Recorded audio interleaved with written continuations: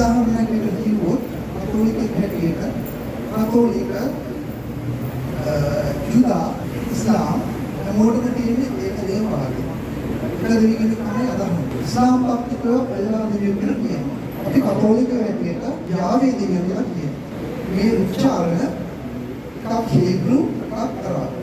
මේවා පොදු දේවල්. පොදු කියන්නේ කොහොම දෙවියෝ. නමුත් මේ දෙපැත්තට වෙලා සමහර වෙලාවට විදිහට කෑ ගන්නවා. මේවා අපි දැනගන්න ඕනේ. ඒ ජනතාව අතර මේවා තමයි ඉස්සරහට යන්නේ. ඒ හැම ආගමකම කියන්නේ හොඳින් ජීවත් වෙන්න. දැන් තව ප්‍රශ්නයක් තියෙනවා. ඒ ආගමක තමයි හැමෝම කියනවා අපි තමයි පරම සත්‍ය. හැම ආගමක්ම කියනවා. ඒ පරම සත්‍යය කියන එකම තමයි ප්‍රශ්නේ. මොකද පරම සත්‍ය අපි විතරයි මේ රටේ ජීවත් වෙන්න ඕනේ. අපි විතරයි මේ ලෝකේ ජීවත් වෙන්න ඕනේ. එක ආගමයි තියෙන්න ඕනේ. ඕක තමයි ආගමික අන්දමයි.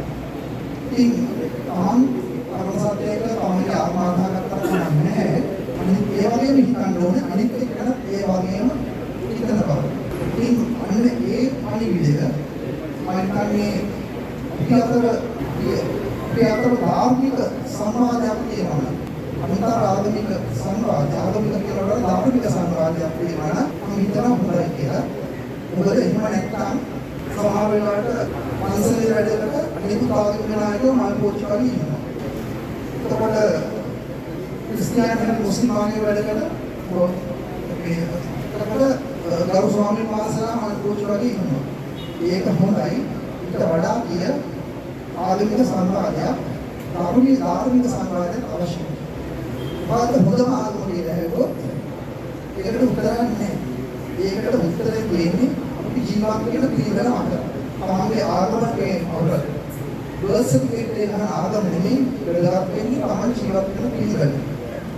ඉතින් ඒ නිසා මේ වගේ දේවල් අවුදුරටත් ඉස්සරහට ගෙනියලා උඩට ගැඹුරු පිළිවෙල යනවා. විතර ගරුපියතුමාලා කියනවා.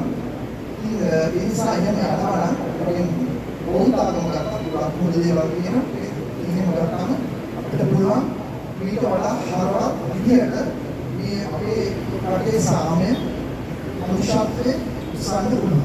ඉතින් අවසානයේදී මම මේකට ආරාධනය කරනවා මම ස්තුතිවන්ත වෙනවා. අපි තුමාගේ උපන්දිනයට මොඩේ සුබ පතනවා. බොහොම ස්තුතියි.